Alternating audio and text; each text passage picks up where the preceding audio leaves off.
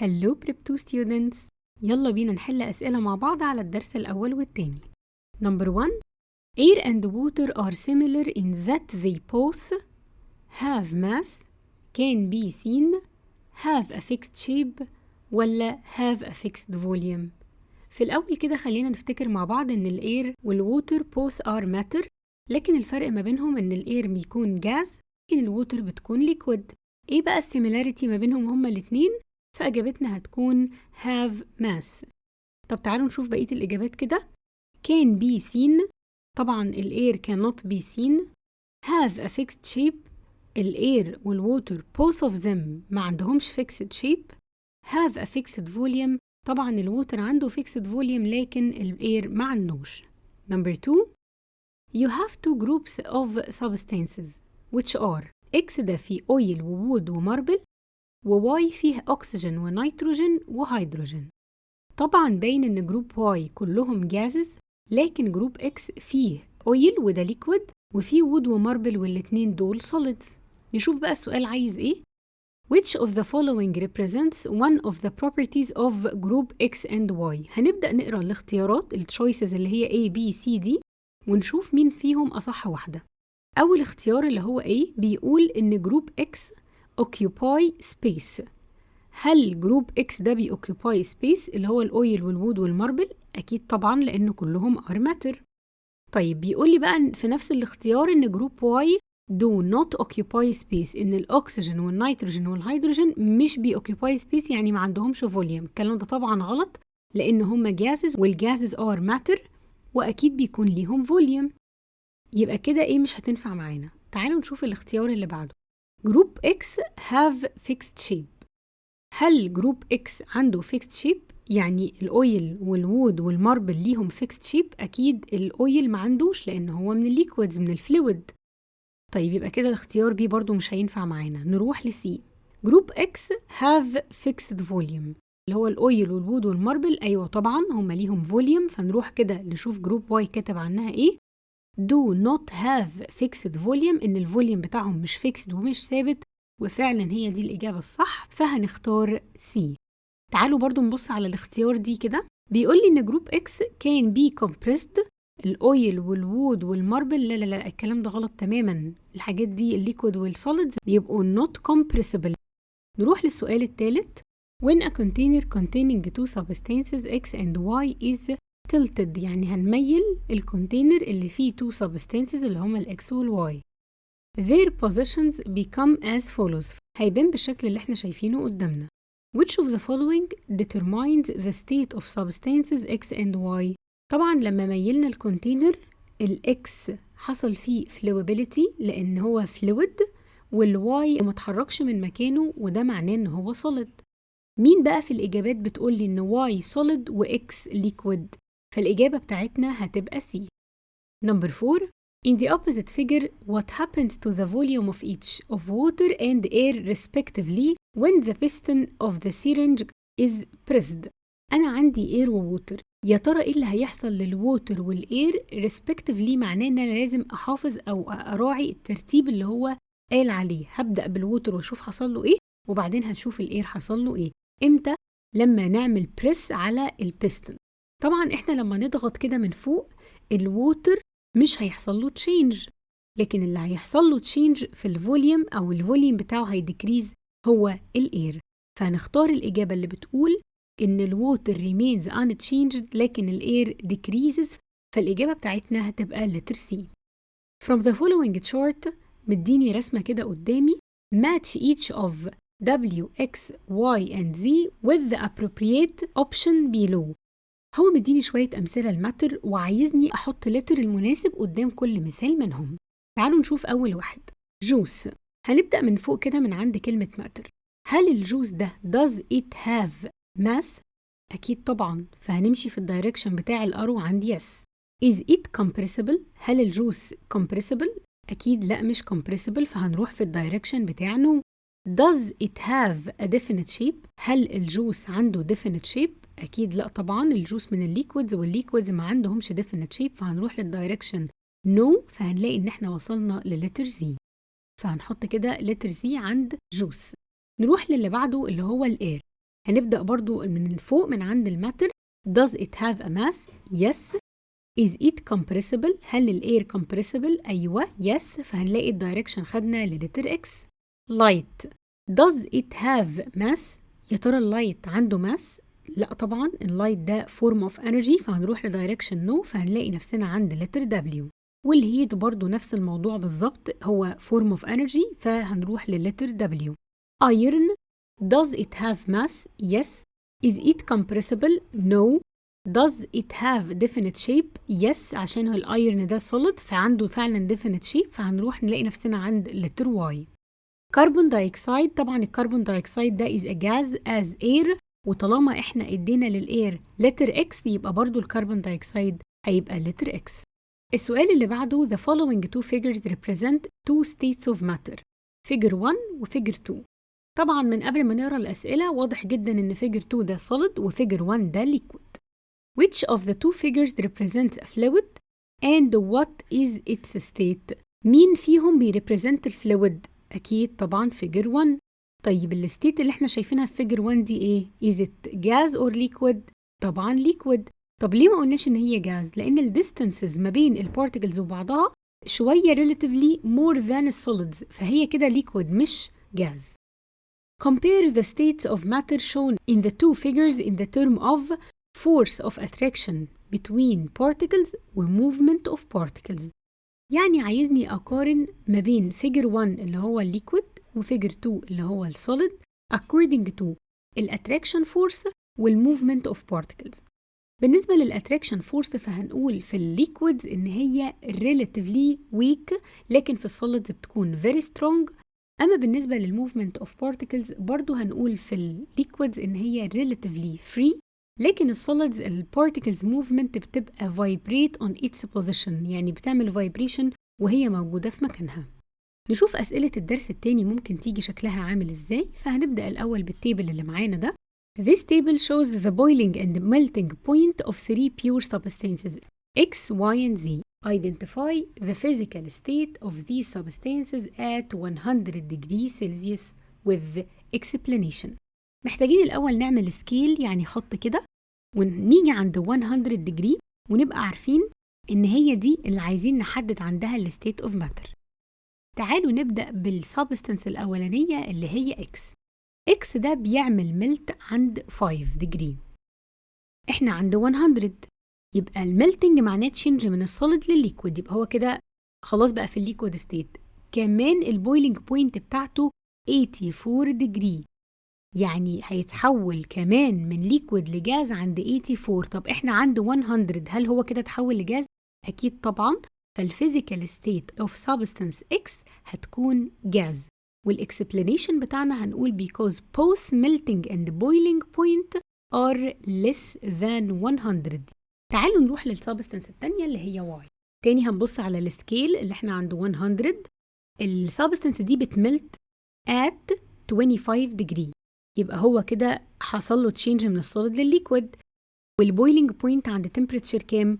125. هل احنا وصلنا للتمبريتشر دي عشان سبستانس واي يتشينج من الليكويد للجاس؟ لا، ما وصلنا لهاش. احنا عند 100 وهو بيبويل عند 125، يبقى اكيد السبستانس واي ده في الليكويد ستيت. نروح بقى لاخر سبستانس، هنلاقي ان الميلتنج بوينت بتاعته 102، يعني هو عند 100 بيبقى في السوليد ستيت، لان احنا ما وصلناش للدرجه او للتمبريتشر اللي بتخليه ملت ويتحول من سوليد لليكويد. هو لسه في السوليد ستيت لان احنا واقفين عند 100. its physical state is solid as both its melting and boiling point greater than 100. تعالوا نفتكر مع بعض حاجه في الدرس ده اخدناها اللي هي الكونفرجنز اوف ماتر. الجراف ده مهم جدا نخلي بالنا منه، ان الهيت انرجي جيند في 3 بروسيسز. طبعا اول واحده الميلتنج، يعني لما بتشينج من سوليد لليكويد، والماتر فيه بتجين ثيرمال انرجي او هيت انرجي. ولما بيحصل برضو ايفابوريشن البارتيكلز بتجين ثيرمال انرجي. واللي تشينج من السوليد للجاز دايركتلي without passing by liquid اللي هي اللي قلنا عليها sublimation، برضو السبليميشن بيحصل by gaining thermal energy. والريفرسبل بروسيسز اللي عكس الثلاثه اللي احنا قلناهم دول بيحصل لوز في الهيت او في الثيرمال انرجي، والبروسيسز دي هي الكوندنسيشن، الفريزنج والديبوزيشن. Complete table based on your understanding of the change processes in the states of matter. جايب لي الفور بروسيسز اللي احنا اتكلمنا عليهم اللي هم الميلتنج، بويلنج، كوندنسيشن وفريزنج. هنبدأ نشوف السؤال الأول أو الطلب الأول. Does the matter gain or lose thermal energy؟ لسه قايلين حالا إن الميلتنج والبويلنج both بيحصل فيهم gaining، فهنكتب عندهم كلمة gain، لكن الكوندنسيشن والفريزنج بيحصل فيهم lose للثيرمال energy، فهنكتب عندهم lose. Number 2. What happens to the attraction force between the particles؟ يعني واحنا بنعمل ميلتنج وبويلنج الاتراكشن فورس بيحصل فيها ايه؟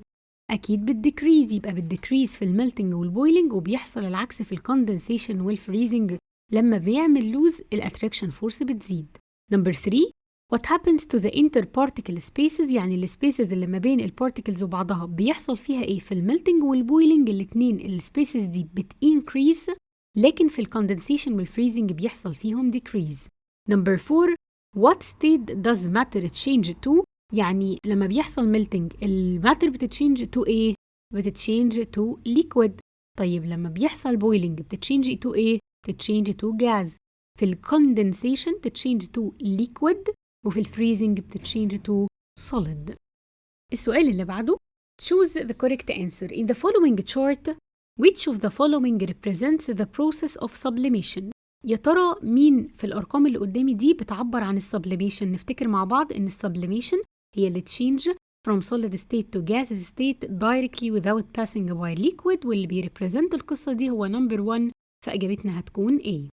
السؤال التاني The same change in physical state occurs in the processes of. اللي تشينج في الفيزيكال ستيت من ستيت للتانية بيبقى هو في A وإيه؟ هل في البويلنج والكوندنسيشن؟ لأ طبعاً. هل في البويلنج والإيفابوريشن؟ أيوة، لأن الاتنين البويلنج والإيفابوريشن الستيت بتتغير فيهم من ليكويد لجاز. نكمل كده.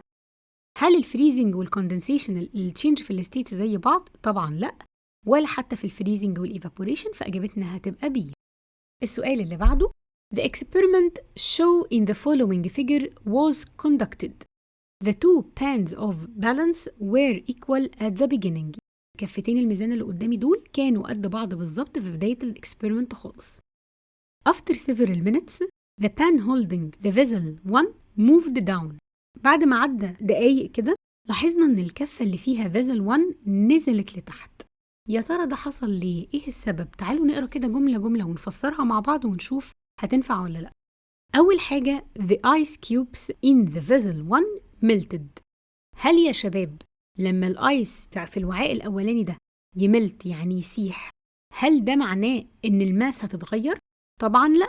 طالما بداية التجربة كان شوية الآيس اللي هنا قد شوية الووتر اللي هنا، يبقى هما كده equal in mass. حتى لو التلج ساح مفيش أي مشكلة خالص، فالمفروض إن مش ده السبب اللي هيتقل vessel 1. B. The water in the vessel 2 evaporated.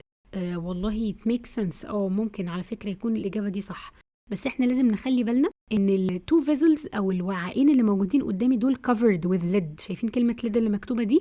ده معناه ان هم متغطيين مقفولين، فما حصلش evaporation. يعني حتى لو حصل evaporation فهو هيخبط في الغطاء ويرجع تاني، فالماس برضو هي ومش ده السبب اللي يغير الماس. طيب نشوف سي كده. condensation of water vapor inside the vessel 2. يا ترى حصل كوندنسيشن؟ لا الكلام ده برضو مش منطقي، لان احنا لسه قايلين ان الليد او الكفر مقفول من فوق، فهيجيله منين ماس زياده يتقله؟ تعالوا نشوف دي.